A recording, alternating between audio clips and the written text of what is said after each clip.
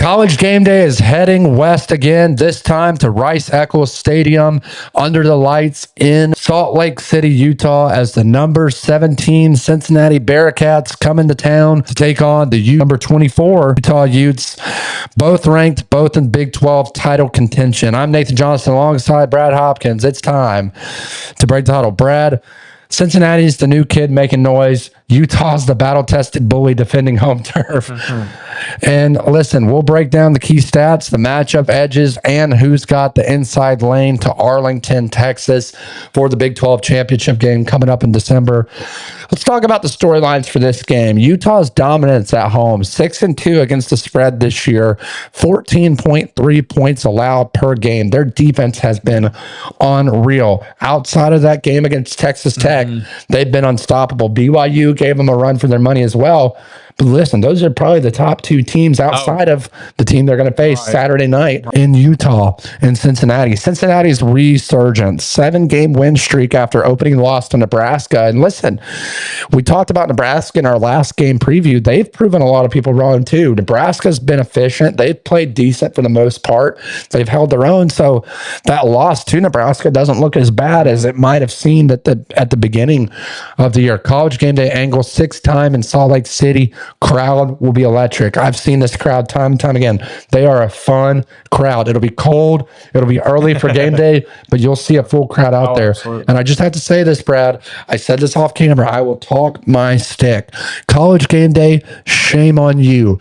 You can say all you want. Well, these two teams haven't gotten enough coverage. I've heard on other channels, well, no one's covered the Big 12. Well, guess who does cover the Big 12?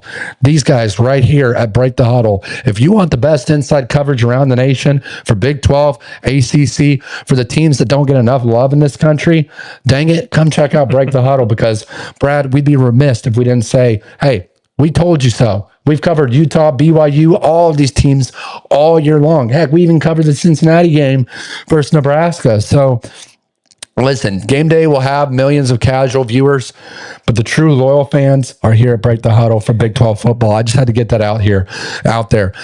Key question for this game, though, Brad. Can Cincinnati handle the altitude and physicality of Utah's trenches? That's going to be the key to victory for Sorsby in that offense. And let's talk about the numbers that matter. Starting off with Utah, 476 yards per game, ranked 13th in the nation, 276 on the ground, ranked 5th. They convert 54% on third downs, and Devon Dampier has been efficient this year.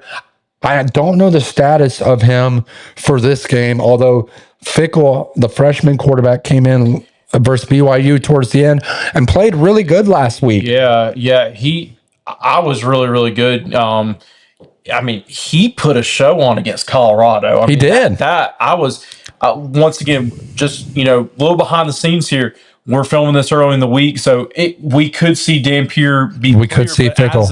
As of right now, as we're filming this, we do not know the status of Devon Dampier. So, just wanted to put that out. But look, Utah, Nate, brand new offense. Kyle Whittingham knew he needed to go out and get a new offensive coordinator. He did that. They bring in Devon Dampier from New Mexico.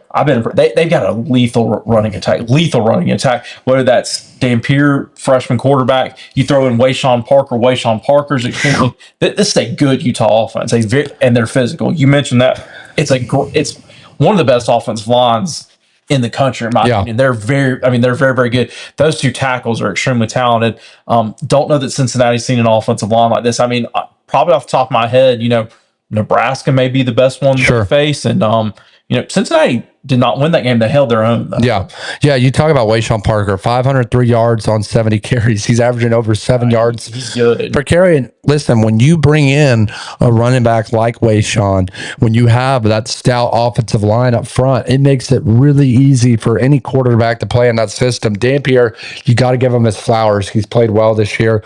But Fickle comes in and just takes over right away. I believe Devon Dampier was a game-time decision for last week against Colorado. Obviously, they didn't need him. Fickle did the job, and maybe the coaching staff kind of knew that going in. Like, hey, let's see what we got. If he struggles early, we make the move. If not, we stick with him, and they just never looked back. Nate, and something about that too is the way that the way that he played. That now opens up a whole other thing of we'll put in some packages for him. Maybe we get both of them out on the field. That the way he played last week, it gives him more confidence, but gives this offensive staff more confidence that they can put him in and rely on him to help them get a win. And gives them game tape for the transfer portal potentially. We won't get into that, but just throwing that out there. Right. You look at Cincinnati on the other hand, though, 437 yards per game, ranked 29th nationally, 38.3 points per game, ranked 13th. So listen, their offense is trending up. And one of the games that stuck out to me was Cincinnati versus Iowa State. I think you picked Iowa State. I did. I picked Cincinnati. And I was dead wrong. This is a very good Cincinnati team. I am impressed with them. Nate, we picked Nebraska, Cincinnati week 1. I believe we both picked Nebraska, but Cincinnati's flown, you mentioned it, 7 straight wins. They've flown under the radar. This is a very good football team. Scott Satterfield has done a tremendous job. Yes, he has. We're going to have our coaching carousel episode. We're probably going to have about 4 coaching carousel episodes in maybe 5 by the end of next week. January with all the craziness. Sure. Nate, I'm not saying this. This is just me off the top of my head. If Scott Satterfield keeps this up, Cincinnati's a good program. There might be some big schools come calling. He has done a tremendous job. He did a good job at Louisville and App State, but I'm so impressed with this guy. Well, listen, and as much as we want to talk about the coaching changes at the Power 4 positions, I'm excited to see who fills some of these smaller jobs when those coaches leave. So we'll have a lot of episodes coming up. He's done a great job. Phenomenal job. And it all starts with Brendan Sorsby, right? Brendan Sorsby's been the story this year. 19 touchdowns, only 1 interception against Nebraska late in that game when he tried to throw the touchdown pass to win the game. So you can't really fault him for that. I mean, it was his fault, but you know what I mean. Played really clean. Very clean. 425 rushing yards and 7 touchdowns as well. He's used his legs efficiently. Red zone offense, 97% of the time they score. 4th in the FBS. That is insane. Cincinnati moves the ball, but struggles with discipline, 128th ranked in penalty yards, while Utah controls the tempo, 31 minutes per game, time of possession. Then we look at the matchup breakdown, the trenches, Utah's rushing attack versus Cincinnati's front 7. We talked about, Utah's offensive line and their ability to move the ball down the field. This will be their biggest Cincinnati's defensive front, biggest test. Quarterback duel, man. I can't wait for this one. If Dampier is healthy, this is going to be a high-scoring, very fun affair between 2 very dynamic quarterbacks in Dampier and Sorsby. Sorsby's precision. I've seen him make throws, and I understand it's against Big 12. Say what you want, but he has thrown some ropes, man. Some absolute ropes, and I'm excited to see him come Saturday. Defense wins championships, though, Brad. Utah, 12th overall defense. Cincinnati's bend but don't break unit, only giving up 19 points per game. So they've held their own, and they've played some pretty stiff competition in the Big 12. The X factors we want to talk about for Utah. Ryan Davis as the go-to possession receiver. Maybe not the most electric guy, but he's a good pass catcher, good route runner. He can make a difference against this Cincinnati secondary. For Cincinnati, Cyrus Allen in the red zone, 8 touchdowns on 33 catches. Nate, I'm glad you brought this guy up. This was a guy I was super high on. He was at A&M last year, and I was like, oh, man, Connor Wigman, and ended up being Marcel. I'm like, this guy's going to be electric. And it just didn't work out for him. But he transfers another time, and he's been so good for the Bearcats. So good. This has been a good move for him. No doubt about it. Then you look at the key stat of the game. Utah allows just 148 passing yards per game, ranked 7th in college football. A nightmare matchup for Cincinnati's air attack. Sorsby will be tested. If that offensive line can give him enough time in the pocket to make a throw, even if the secondary is covered, they still got to account for his legs. That could play a factor in this one. And Nate, I know we mentioned this guy a few weeks ago when we were breaking down BYU versus Utah game, but Daly, the defensive end for Utah, I think he's around 8.5, 9 sacks. He got 2 last week against Colorado. They've got to chip him. I think they're going to have to, maybe sometimes leave in the running back. They have got to pay attention to him, or else he will wreck Sorsby in this passing attack. No doubt about it. If this turns into a track meet, Cincinnati's got a puncher's chance. But if it's physical, methodical, and cold in the mountains, Utah's built for that. Brad, turn it over to you. Utah enters this game as a 7.5 point favorite. Yeah. They're 6-2 against the spread at home with game day energy and rushing offense that wears you down.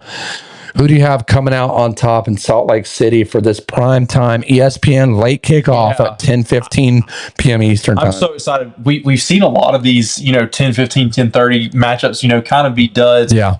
I'm getting some coffee about 10 o'clock on Saturday night to stay up for this one. I'm super excited. You made a good point. Excited that game day is finally going to the Big 12. We're still better, by the way. I'm super excited for this one. This is going to be just a fun matchup. Give me the Bearcats in this. Wow. I once again love what Scott Satterfield's doing. I think Cyrus Allen and Brendan Sorsby are the difference. I go back to that was a really, really good passing attack that Texas Tech had, and Texas Tech exposed Utah. I think it's the same thing on Saturday night. Give me the Bearcats in an upset. Score prediction? I'm gonna go 31-28 Cincinnati. Okay. I think it's a late scorer in the fourth quarter. We talk about that Utah Texas Tech matchup, and I got to be honest with you. I may catch some shade for this comparison, but Cincinnati's kind of built like Texas Tech. Yeah. They may not have the star firepower that Texas Tech has because of NIL, but Cincinnati can hold their own. And when I look at their quarterback play, specifically between Sorsby and Brett Morton and the other guy, the freshman, Hammond, who's now hurt. Right. That offense is built very similar to Texas Tech. And I got to go with the same pick as you. I'm going to take the Bearcats as well. Listen, Utah is going to give their best shot. There's no doubt about it. But I think you're going to find out Saturday night what Cincinnati is all about. This is a team that controls its own destiny. It's right up there with BYU for the Big 12 lead right now heading into November. And I just think Cincinnati gets it done. I don't know why, but you got to go with your gut. And in my gut feeling, I got to take the Bearcats. So give me the Cincinnati Bearcats. I have them winning 35-31. Okay. So I think it's going to be a pretty good score. Yeah. We'll see Rooster's cocky pick as well for this one later in the week. But yeah, this is going to be a fun matchup. Absolutely. No doubt about it. Be sure to tune in for this one. Drop your score predictions down below. Let us know what you think about us covering the Big 12 versus Game Day's inability to recognize the Big 12 early on in the season. And be sure to check us out Friday night, 7:30 p.m. Eastern time for Break the Huddle After Dark as we give live in-game analysis and commentary for the North Carolina Tar Heels hitting the road to take on Syracuse Big Orange. We'll see you Friday night. Be sure to hit that subscribe button. Really appreciate all the support so far from all the Big 12 fans. Help us get to 1,000 subs. We're almost there, and we'll see you Friday night. It's time to break the huddle.